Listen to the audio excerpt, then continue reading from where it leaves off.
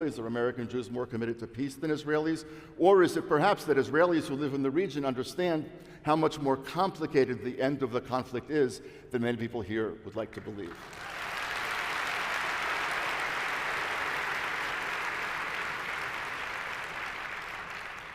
So I want us to switch gears for a second, and I want you to put on a different hat, or a different kippah. And that is the chair of the core curriculum at the Shalem College in Jerusalem, where you're a senior vice president. There are a lot of people who are sending their children off to colleges. They're increasingly progressive children off to college campuses, in particular in America. I imagine there are a lot of people in this room who are sending their children off, who are concerned about what it means to send children off to campuses that are increasingly hostile to Israel. How do you talk to students, young people about Israel, in particular people who are increasingly progressive? Well, I think the fundamental difference between what we do at Shalem College from what happens on many American campuses here is we don't consider ideas to be an affront. We actually don't think that asking somebody to think about something that they disagree with is a violation of their autonomy.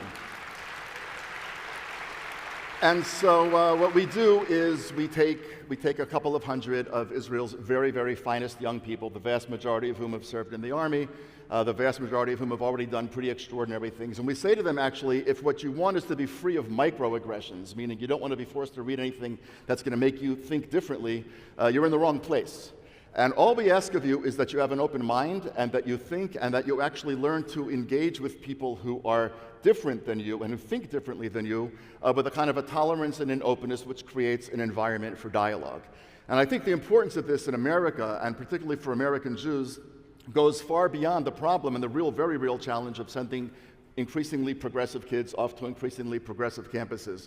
What we're seeing in America now, and a friend of mine who works at a very major newspaper, she's my age more or less, she's very young, and we were chit-chatting earlier today, and she said that she thinks that she's outlived the civilization in which she was raised. And I thought that was actually a very sad way, but a very concise way of putting it. I think people in my generation who were raised in the 70s and high school and so on and so forth, we have to a certain extent really outlived the civilization in which we were raised, because the idea of the exchange of ideas has really gone by the wayside, and universities, which are supposed to be places where you're taught to think, have become places where you're not allowed to challenge anybody with an idea. That's the beginning of the end of a great civilization.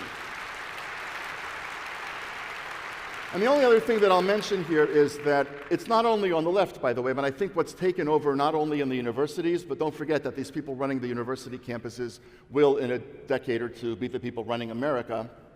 What's happened in America, which should be of concern to all of us, is just a culture of tremendous anger, dismissiveness, wanton hatred, and absolute unwillingness to be open-minded about all kinds of things. And I would remind us of this. Go through all of history and ask yourself, name the civilization or the society that became hate-filled, that was looking for victims, that was looking to pin blame on people, that did not eventually find the Jews. There was never such a society. And so therefore, the hate-filled rancor that's taking over the campuses ought to be a great warning to us, because this extraordinary experiment in diaspora living, which has been the United States, will be threatened not only unless we push aside the attacks on Jews and Israel, but unless we can change dramatically the nature of the conversation in America, because if it remains hate-filled, we will find ourselves in the crosshairs.